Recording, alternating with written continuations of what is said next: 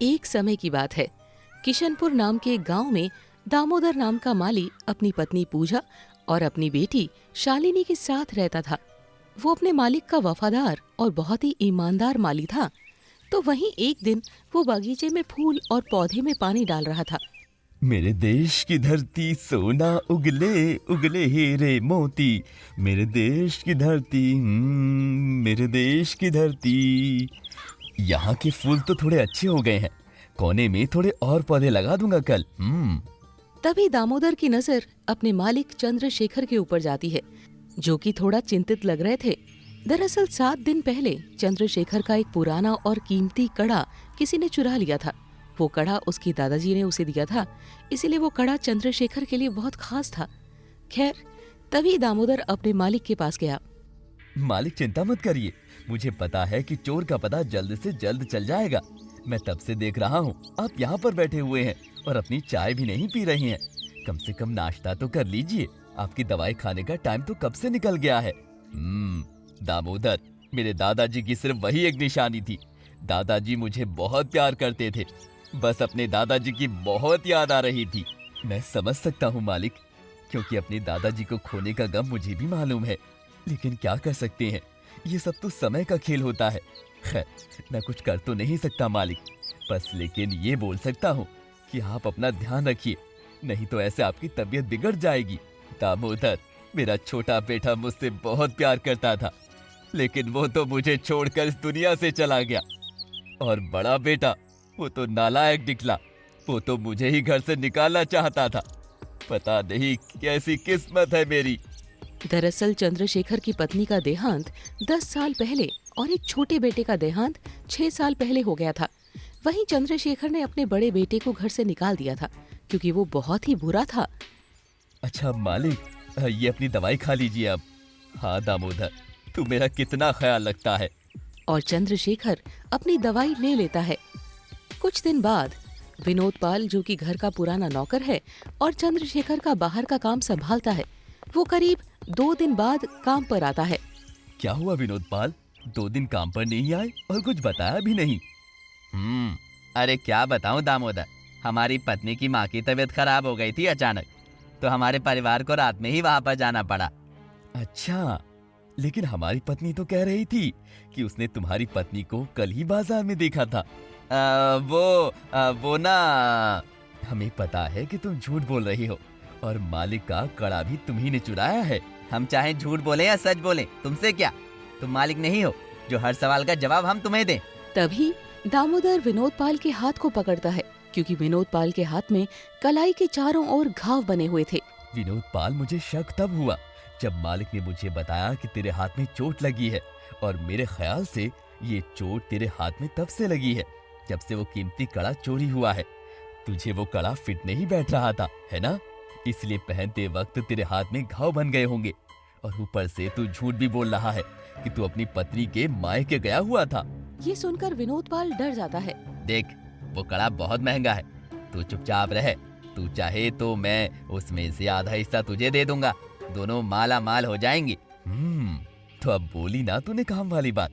तो चल बता कि मुझे कितने रुपए देगा तू? मैं तुझे 50,000 रुपए दूंगा। बस 50,000? उस कड़े की कीमत तो बहुत ज्यादा है।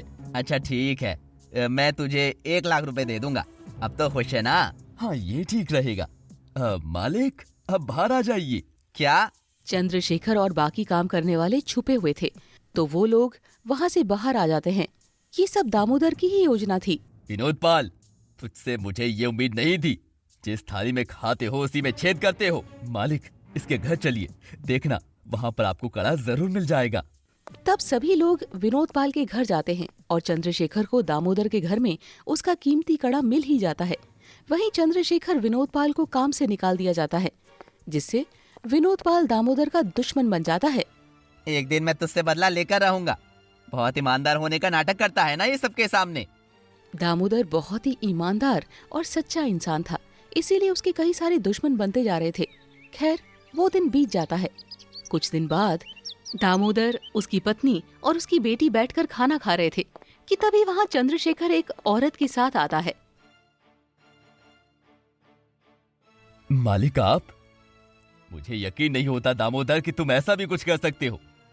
अर्चना ने चंद्रशेखर को बताया था कि दामोदर ने ड्रेसिंग टेबल के पास रखे हुए 50,000 रुपए चुराए हैं। वहीं अर्चना गवाही के तौर पर एक औरत को वहां लेकर आती है जो कि एक कपड़े के दुकान में काम करती थी। हाँ, ये वही आदमी है जिसने हमारी दुकान से करीब 30-40 हजार का सामान लिया है। ये सब झूठ है, मेरे पिताजी ऐसा नहीं कर सकते। हाँ मालिक, भला मेरे पति ऐसे कैसे कर सकते हैं? मालिक, ये सब झूठ है। दामोदर, इतने लोग झूठ नहीं बोल सकते। तू पैसों के लिए एक बार मुझसे बोल देता। बहुत जल्द दामोदर की बेटी की शादी होने वाली थी, इसीलिए चंद्रशेखर को ऐसा लग रहा था कि इसने अपनी बेटी की शादी के लिए कपड़े खरीदे होंगे। तभी दामोदर बार बार अपने मालिक को समझाता है कि ऐसा उसने कुछ भी नहीं किया। मालिक, एक बात तो मुझ पे यकीन कीजिए, मैं चोरी करना तो दूर, चोरी करने की सोच भी नहीं सकता, वो भी आपके घर में। चलिए अब मालिक, आपकी दवाई का समय हो गया है, इतनी चिंता आपकी सेहत के लिए अच्छी नहीं। तभी सभी लोग वहाँ से चले जाते हैं। वहीं दूसरी ओर चंद्रशेखर को बहुत चिंता हो रही थी क्योंकि उसे लग रहा था कि शायद उसकी जिंदगी में कोई भी इंसान उसके लिए ईमानदार नहीं है। खैर, 1 महीना बीत जाता है। वहीं दामोदर अभी भी अपने मालिक के घर रोज जाता है और उससे माफी मांगता है। तभी चंद्रशेखर को दामोदर पर दया आ जाती है और वो उसे फिर से काम पर रख लेता है। तभी एक दिन चंद्रशेखर अचानक घर से गायब हो जाता है। अरे, दिन के 12 बज गए हैं, लेकिन मालिक कहाँ है? हो सकता है कि उनकी तबीयत सही नहीं हो, जाकर देखना होगा मुझे ऊपर। जब दामोदर चंद्रशेखर के कमरे के अंदर जाता है तो देखता है वहाँ पर कम्मू और अर्चना पहले से ही हैं। अर्चना के हाथ में एक पत्र है जो कि उनके मालिक ने उन सभी के लिए ही लिखा है। देखो, इस पत्र में क्या लिखा है? क्या लिखा है? इसमें लिखा है कि मालिक कहीं दूर चले गए हैं। वो कहाँ गए हैं वो तो उन्होंने बताया नहीं, लेकिन इसमें लिखा है कि मालिक चाहते हैं कि हम नौकर इनकी अलमारी में रखे हुए सारे पैसे और जेवर बराबर हिस्सों में बांट लें। क्या? ये नहीं हो सकता। मालिक की तो तबीयत भी ठीक नहीं रहती है, वो अकेले भला कैसे संभाल पाएंगे? तुम्हें जो सोचना है सोचो, लेकिन हम तो अपना हिस्सा लेकर ही रहेंगे। इतने साल इस घर में मजदूरी की है, उसका तो फल मिलना ही चाहिए ना हमें। ये क्या कह रही है अर्चना बहन? सही तो कह रही है अर्चना। जब मौका मिल रहा है अमीर होने का, तो भला ये मौका हम अपने हाथों से क्यों जाने दें? तुम दोनों को मालिक की बिल्कुल भी परवाह नहीं है। हाँ हाँ, सारी परवाह तो बस तुमको ही है ना। अब खुश? चलो, देख क्या रही हो कम्मू, अपना अपना हिस्सा उठाओ इस अलमारी से और चलते बनो यहाँ से। हाँ, और क्या, जब मालिक यही चाहते हैं तो हम क्या कर सकते हैं भला। हाँ कम्मू, रोज इन पैसों से तेरे गहने और नई नई साड़ियाँ आ जाएगी। हाँ अर्चना, सही कह रही है तू। तभी कम्मू और अर्चना चंद्रशेखर के अलमारी से पैसे निकालकर बांटने लगते हैं। नहीं, रुको, ये क्या कर रहे हो तुम लोग? दामोदर को छोड़कर कम्मू और अर्चना पैसों को बांट लेते हैं। तभी अचानक पीछे से चंद्रशेखर आ जाता है। ये देखकर कम्मू हैरान रह जाती है। मालिक, आप यहाँ? मालिक, आप यहाँ? हाँ, मैं यहाँ। पर मालिक, आप तो घर छोड़कर चले गए थे। मैं घर छोड़कर नहीं गया था, ये सब एक नाटक था।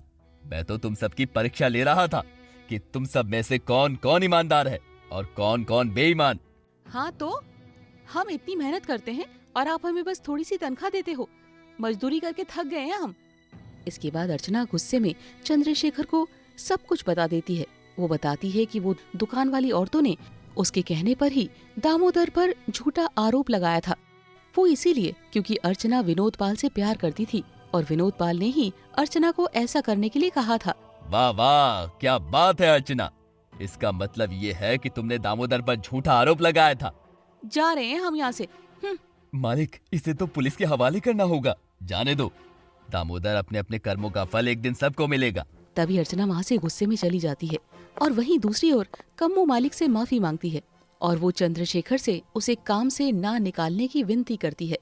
ठीक है, तुम्हें माफ कर दिया क्योंकि तुमने अर्चना के बातों में आकर ऐसा किया। बहुत बहुत शुक्रिया मालिक, आगे से ऐसा कुछ भी नहीं होगा।